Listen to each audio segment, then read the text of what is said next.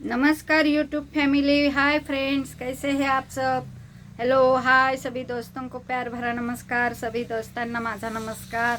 Hi friends, बोला तुमच्याकडे पाऊस कसा आहे, पाऊस कसा पडत आहे। कारण आत्ताचा हा जो पाऊस जो आहे अत्यंत एकतर उशिरा आलेला आहे आणि उशिरा आल्यामुळे लोकांचं खूप नुकसान होत आहे। इतकं नुकसान होत आहे की विचारू नका। असंच जर समजा एखादा आपलं बंद घर असेल, पूर्णपणे बंद घर आहे आणि तुम्ही बरेच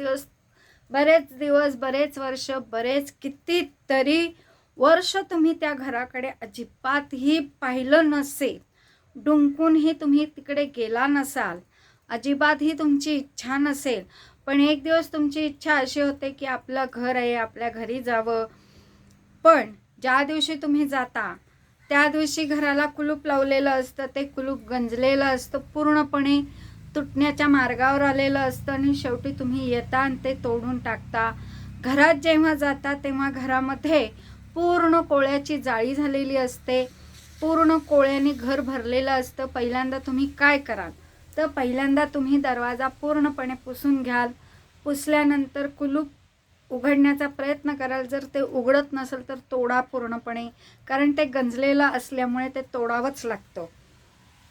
घरात गेल्यानंतर कोळ्याची जाळी थोडी फडक्याने किंवा झाडूनी, एक झाडू पण बरोबर घ्या की जेणेकरून तो कोळ्याचा जो पसारा झालेला आहे, पूर्णपणे घरामध्ये कोळिष्ट झालेला आहे, कोळ्याचं जाळं झालेलं आहे, तर त्या जाळ्याला नष्ट करण्यासाठी थोडं झाडत जा आणि मग जमिनीवरचा कचरा काढा। पहिला रूम साफ करा, त्याच्यानंतर तिथे साफसफाई झाली की तो कचरा बाहेर फेकून द्या, कारण बरेच दिवसाचा तो कचरा असतो, त्याच्यामुळे तो पहिला बाहेर फेकून द्या। नंतर तुम्ही इतर तुमचे जर मोठे रूम असतील तर बेडरूम, किचन रूम, काय हॉल रूम काय असेल, स्टडी रूम वगैरे सगळं साफसफाई करा।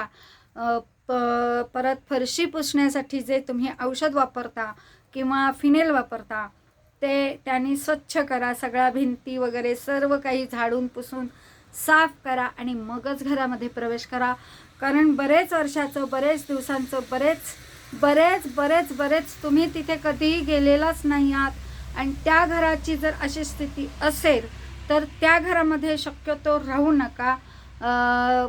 पडकळीस पण आलेलं असू शकतं, मोडकळीस आलेलं पण असू शकतं, तर अशा घरामध्ये बिलकुलही राहू नका, कारण ते कधीही केव्हाही कोसळणारं घर असतं।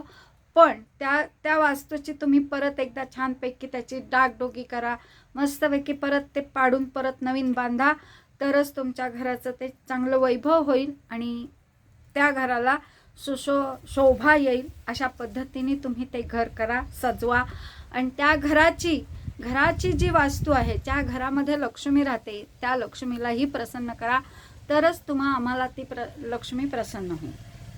जय हिंद, जय महाराष्ट्र।